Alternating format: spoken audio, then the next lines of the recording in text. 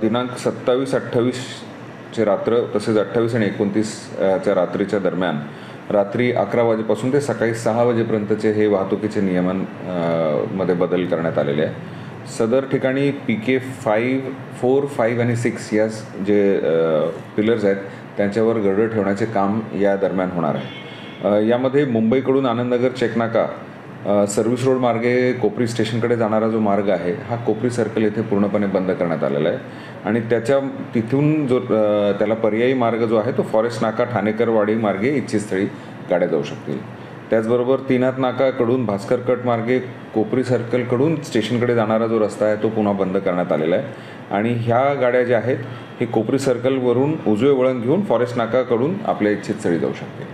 Sir साधारण कोणत्या वेळेमध्ये जे आहे ते बदल करण्यामध्ये लागले आणि किती दिवस हे बदल असणार आहेत? हे केवळ आजची रात्र, कालची रात्र आणि आजची रात्र हा बदल आहे आणि रात्री 11 वाजेपासून ते सकाळी 6 वाजेपर्यंत आहे। लोकांना काय आवाहन कराल? मी लोकांना हेच आवाहन करेन की शक्यतोवर या दरम्यान जर आपल्याला जायचं असेल तर थोडंसं आधी जावेत आणि जरी